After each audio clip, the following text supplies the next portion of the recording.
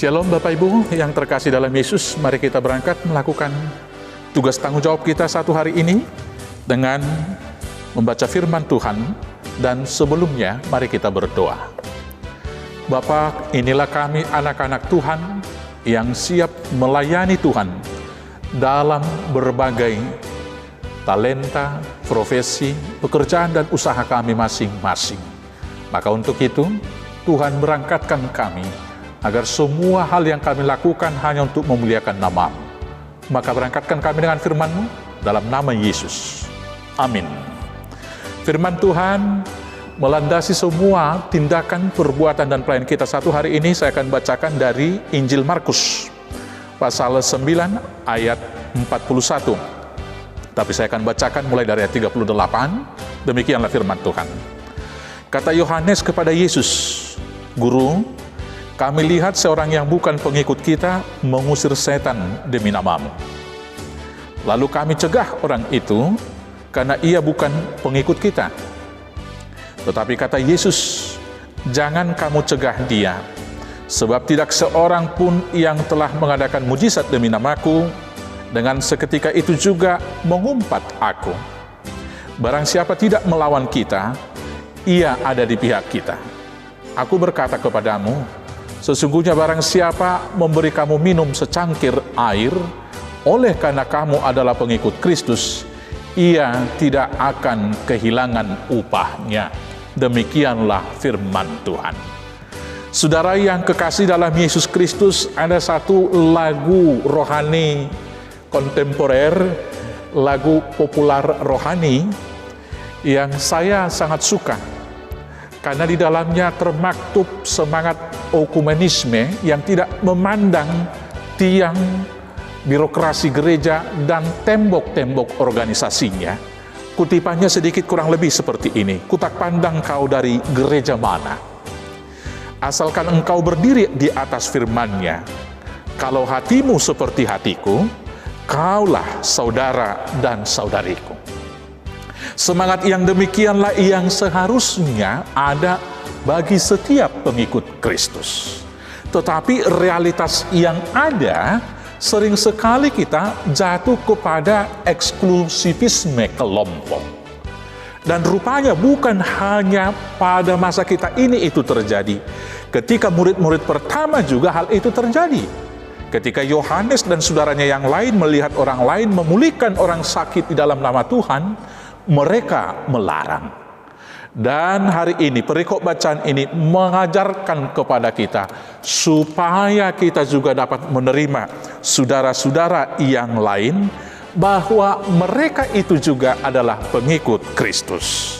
Setiap orang yang menyaksikan Kristus dengan perkataan dan perbuatannya, itu adalah saudara-saudara seiman kita.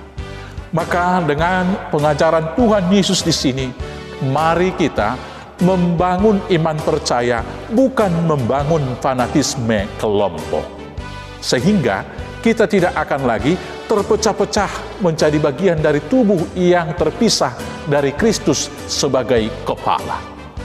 Boleh denominasi gereja berbeda, boleh saja tata liturgi kita berbeda, boleh saja nyanyian dan juga ilustrasi dan lain sebagainya kita di dalam mengaktualisasikan hal yang kita baca dari firman Tuhan berbeda-beda. Tetapi asalkan kita melakukan hal yang baik dan memuliakan nama Tuhan Yesus Kristus di dalam semua persekutuan kita, seharusnya kita bergandengan tangan dengan mengatakan, "Kutak pandang kau dari gereja mana, asal engkau berdiri di atas dasar firman Tuhan, kamulah saudaraku, kamulah saudariku." Selanjutnya saudara-saudara, sering sekali kita berpikir bahwa mengikut Yesus apa upahnya? Rupanya mengikut Yesus jelas upahnya. Yang pertama, dosa diampuni. Yang kedua, kita jadi anak Tuhan. Dan selanjutnya kita menjadi pewaris surga. Yang lebih daripada itu, bahkan orang yang berbuat baik kepada kita sekalipun, mereka pasti tidak akan kehilangan upahnya.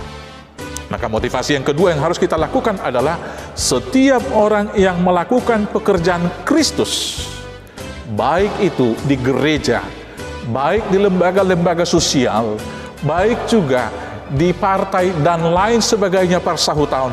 Asal melakukan hal yang baik, kita harus ambil bagian, karena upah kita jelas akan diberikan oleh Tuhan Yesus Kristus. Selamat menyaksikan Yesus Kristus di dalam kehidupan kita. Selamat melakukan hal-hal yang baik. Selamat memuliakan para pengikut Kristus. Dengan demikian Tuhan Yesus memberkati kita. Amin. Kita bersatu dalam doa. Terima kasih Bapa, berangkatkan kami dengan firman-Mu, melakukan segala hal untuk memuliakan Tuhan dan menjadi berkat bagi orang banyak. Ajar kami untuk merendahkan diri dan merubuhkan tembok pemisah dan tiang birokrasi gereja kami, agar kami boleh saling bergandengan tangan sesama pengikut Kristus. Berkati gereja-Mu di seluruh dunia dan di Indonesia. Berkati pemerintah kami dan lindungi semua jemaat dan juga semua rakyat negara kami dari ancaman virus corona. Menangkan kami dalam pergumulan.